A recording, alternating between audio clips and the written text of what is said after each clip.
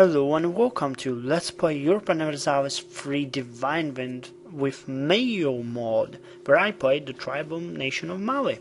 On this screen you can see what Europe looks like right now in 1366. Top right corner, the players in this session.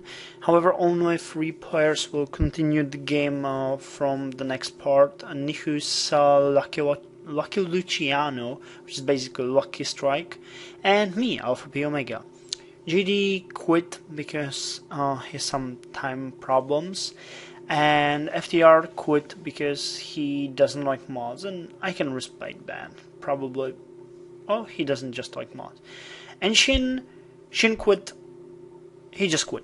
Just a simple look on South America where JD is, well, he was playing.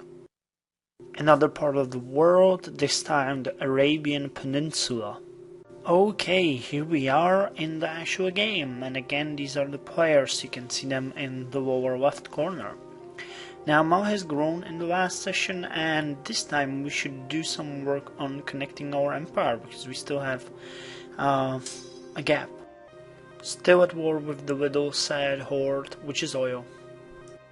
Now, as you can see, I'm moving my troops from north, from Gurma to Oyo, and from Zanzan to Ashanti to conquer and make them bend to my will.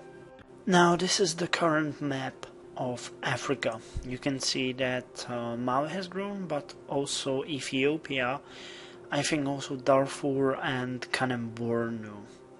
So we start the game with Sickness of Mansa. Suleiman has fallen ill and cannot handle all aspects of ruling. Now we either give more power to the nobles or delegate more to the provinces, which means we face either decentralization or making aristocracy stronger. And as we're going for centralization and aristocracy doesn't really bother us, we're gonna go for more power to the nobles. But anyways, we're losing stability. As we're almost at end of naval, I'm gonna keep it for now and later on focus on stability. As you can see, we're sieging both Ashanti and Oyo, but in both cases we're taking heavy attrition, even with only 6 regiments. So we finally got naval technology advanced level 6, which allows us to build dock. So now it's time to regain the stability we lost when our Mansa has fallen ill, and build the dock in Kabu. I hope that's how it's pronounced. Yep, that's the dock. Efficiency and local ship repair rate.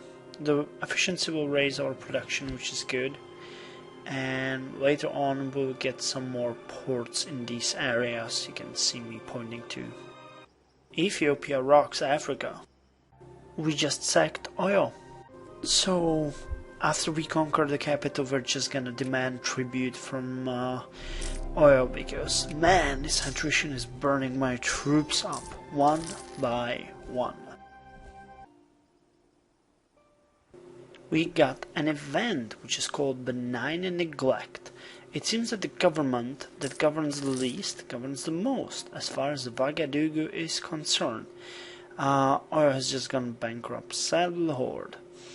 As far as Ouagadougou is concerned, our non-involvement in Ouagadougou is proven beneficial and the local economy is booming, so we either get a plus 10% bonus tax or 500 gold right now. So this is a really easy choice, especially because it's early in the game. So 500 gold it is. It is for now and for always. Now we got a lot of provincial decisions. The ballistas, which you might have seen, yeah, enact local reforms works the same, but the ballistas, the first row, they add plus 5 or plus 10% to local defensiveness, as does the town watch and several other buildings. So the defense in MEIOU is a bit more complex than in vanilla EU3. It's not just about the fortification, it's about other things as well. Yeah, I'm gonna build one of the city watches and the dock in Kabu. I talked about that before. the 25% production will come in handy and will pay for the initial costs in time. And a town watch in Timbuktu, better choice. We have just one ship, which is a cog, so let's build some more to transport our troops around and defend ourselves. Just so you know, Oyo is being sieged by Katsina. Now, this may seem a bit ironic, but news from the colonies is an event that changes one of your province's production item to a different one. So, in this case, Kabu was changed from slaves to ivory. Yep, irony it is. A bad event, food shortage. We get either +1, +2 or +3 in revolt risk, and it's +1, not so bad. This time a good event, trading boom, +5% population growth in Messana. A regency council. Our Mansa has died after his long illness, and yeah, great, 433 regency, fantastic. And the population is worried now, so we're losing stability. And I can blame them. This is gonna be one fucking long regency. So we have gained the casus belli against Songhai. We gained it for our mission, which is to conquer Hogar. Now Hogar is a good province. We will gain it in the future, and when we do so, we'll gain core there. It produces copper and has a nice tax income as well. I might say that Songhai is one of my targets in the future, but unfortunately they are fortification issues in Messana. Local defensiveness goes down, but Songhai is allied with a lot of nations, Zazao and Jolov being next to me, so fighting them means fighting on two sides minimum at once. We have several province decisions left, mostly enact reforms or similar type events. I'm gonna show them to you right now. Enact land reform gives bonuses, while establishing a Bureau of Engineers is a way how to cope up with the fortification problems in the province. You lose some magistrates, but in long term they will repair your fortifications, or you can initiate fortifications repair and do it immediately. Now the Regency will stick with us for 2 more years. We finished our ships. We have 30,000 soldiers now, and 31,000, sorry. And I'm going for trade level 6, investing all our money now. Remember those hilarious chances to convert? Well, we just did. Yatanga is now Sunni, which is awesome. So 3 more provinces to go and we'll all be happy Sunnis here. Still suffering from insane penalties from revolt risk and nationalism though. However, we're now gaining steady 10.5 gold per year. Blue Scourge of Ethiopia kicking up Darfur and Tuareg war as well. Damn. Well, Tuareg was annexed by Jollof, so we now have only one purple neighbor. And Ethiopia axed in half Darfur. Well, paint me silly. This is gonna be hard. You probably forgotten about Oyo by now, didn't you? But the sad little horde did not forget about us, and they invaded. And the invasion looks like this. They're staying home while we come to them. I'm not even bothering with paying my soldiers anymore. It's just worthless. And these are our villagers. Oh, awesome! Brilliant strategist. So we got the new Mansa, and we can either do a huge celebration, a big celebration, a small celebration, or no celebration. As we have full stability, I'm gonna go with a small celebration. And our king is not bad at all, 786. And we got Realm Doris, so we'll have to deal with that one through many episodes. Now investing all in trade still sieging, still investing almost 7% into land. And yeah, that hasn't changed. It's not actually bad. Because of the celebration, I can't pay my missionaries right now, but I'll resume that once the year is over and I get my yearly income census tax. Now this is where it starts to get kinky. Succession crisis is a thing we'll have to deal with every time we get a new Mansa.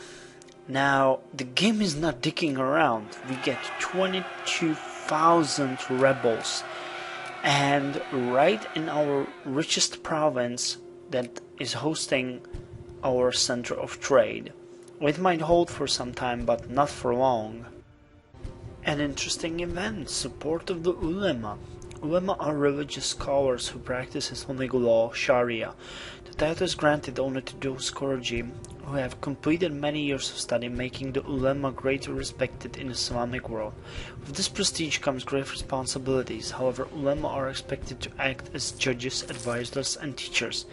This gave them a great deal of authority, so when they expressed their satisfaction with the laws of Mali, it gave Al-Hajj the first greater authority as ruler. So we're gonna invite them to our government. I think that's what I chose. Or we're gonna give them support. Yeah, we're gonna give them support. I think that's the one. Yep, we gave them our support.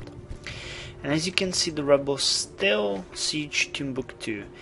I decided to leave my troops in Ashanti and Oyo, especially based on the fact that these two provinces should fall at any moment and give me the prestige and lower my war exhaustion.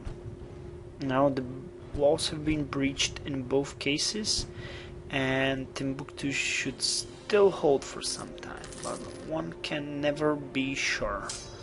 I'm preparing the army by sending it from Araman to Yene, where it's gonna connect with the other two armies that will come from the south. And as you can see, all of this is just plains and nothing, so it doesn't matter, we'll be attacking. The odds should be in our favor. Timbuktu University, class of 1373. We have no need for administration, so we're gonna sow 1,000 flowers. And we gained core on Gao, so that means we now have core on 2, or possible core on 2 of Songhai's provinces. It becomes a lot of temptation, especially when you think about Gao having gold as it produced merchandise. Now we still have 100% on both Ashanti and Oyo, and we just sacked Ashanti. So I'm moving the troops to Yatanga, and I'm gonna try to get them pay me tribute again, and they would accept. So there we go, and now to unite the troops in Yatanga. Okay, now it's time to deal with the 22,000 rebels that siege Timbuktu.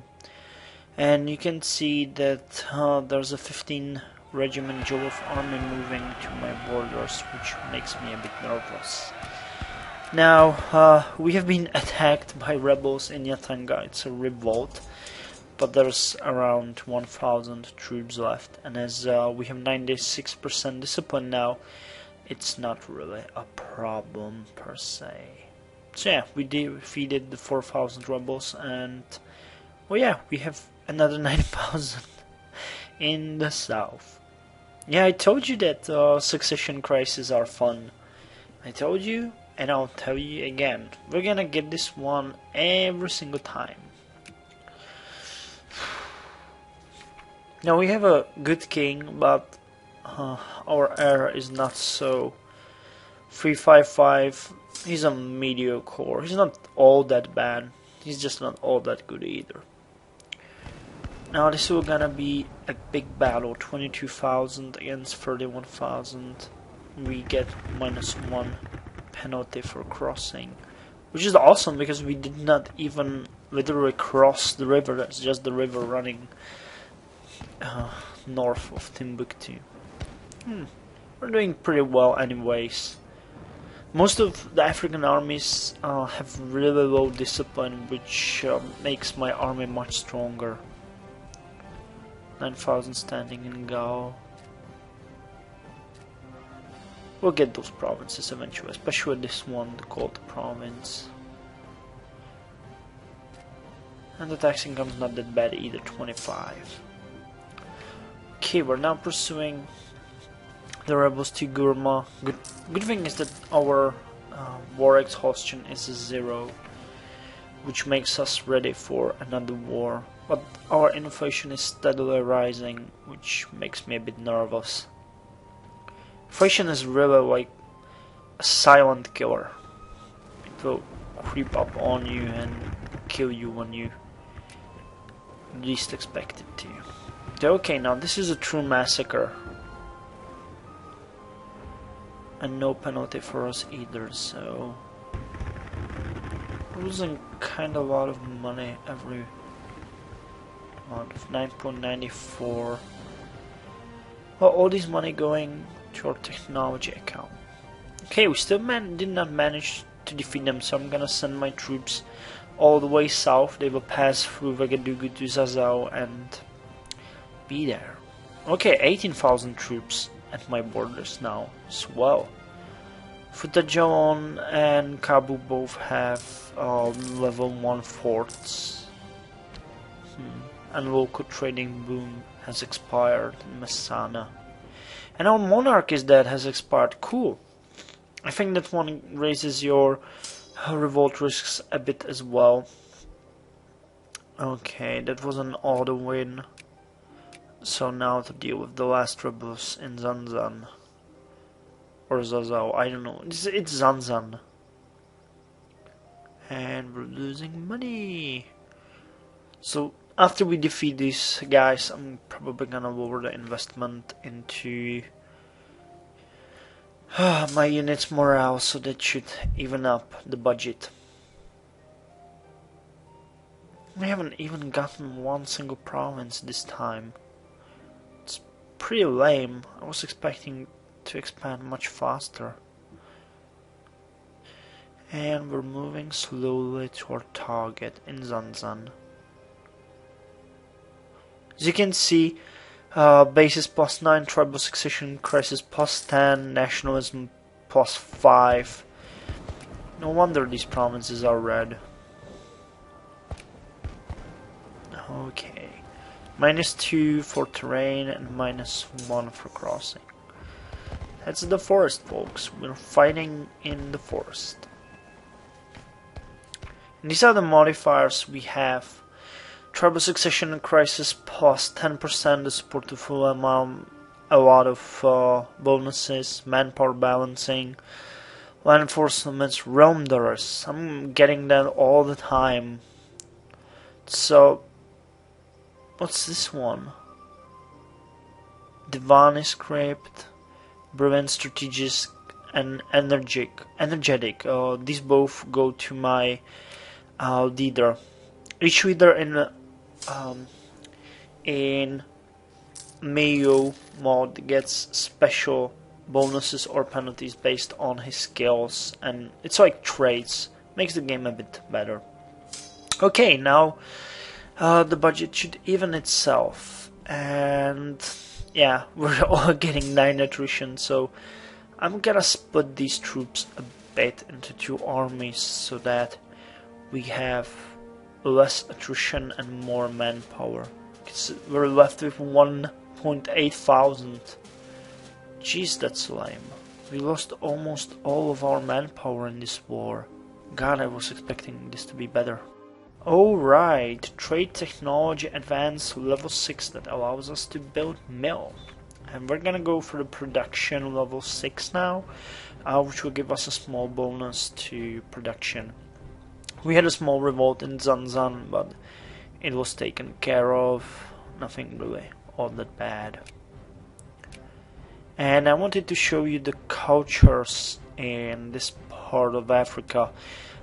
Most of our territory is covered in the Sudanese group. I really don't know why it's called Sudanese when Sudan is quite far away. But the biggest culture group apart from that is north of us, Tuareg. You can see that we have a lot of cultures on our territory. The biggest being Mande. And however, the amount of cultures makes it harder for us to reign, so we get the Realm Doris event. Okay, now that we lost the tribal succession modifier, the situation is a bit better. However, apart from Yatanga, which was converted to Sunni, we still have high revolt risks in the South-conquered provinces. And if we wanted to attack Songhai now, nobody would help us, and they are in alliance with Jolof, our other neighbors. It would mean fighting on two sides at once. Now that's always a bad plan. Even though you're stronger than your enemies, you have to divide your forces and our manpower. Well, we have a Regency Council, so even if we wanted to attack anyone now, we couldn't. And we will not be able to in the next 5 years. And then we got a shitty king. So, yay for Mali. Well, we got another level, this time in production technology. And that will help with our income a bit. Now, we have a good advisor that deals with our inflation. However, we could use a better philosopher, natural scientist, or someone like that to boost the technology output a bit. The next level we'll go for will be land to make our soldiers a bit better on the field. Another level. We're progressing. That's the only thing we can do now, really. Now, we could either go for the government or the trade, which is fucking expensive, or production. But that will help a lot with the income, even though it's like almost 10,000. Jeez. Or land, which will give us light cavalry, and it's only 3,500. So let's go for land, I think. Yeah, let's go for land. Land is always good, as we are planning to attack our neighbors soon.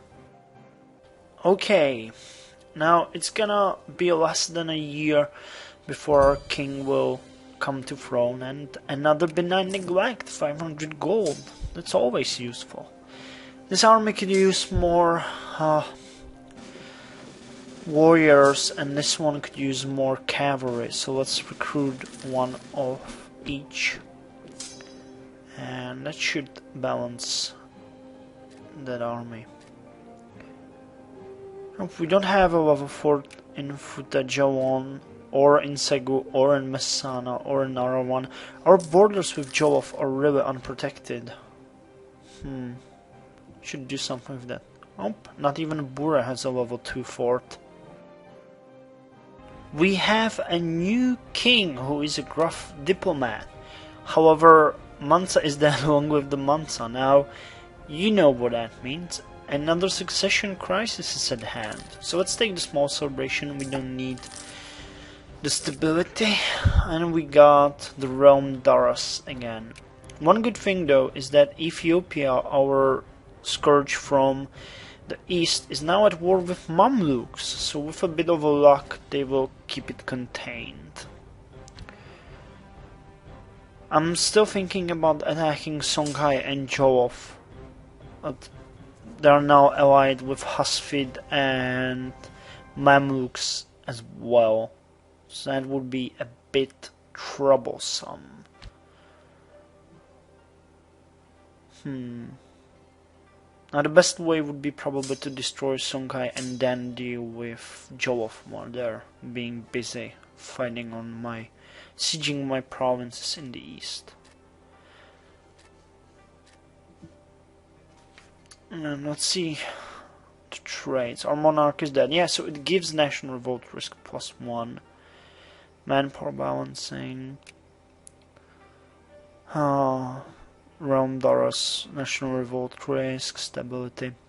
Who is an Euro diplomat? Good. And he's just. Our leader is just. Not bad. -4. And the air isn't that bad as well. So I guess he will not live to see the day. So this is the end of today's episode. Now I know that I haven't done much in the expansion part of the game. However, there were some major issues inside our empire. We now have a competent leader who will hopefully not die in 2 days. So we should be able to get through the succession crisis that will befall on us and get to some expansion. Probably getting Songhai and attacking Jolof in the next part. We'll see how that works. So, as always, I hope you had fun. Join me next time, and till then, all the best.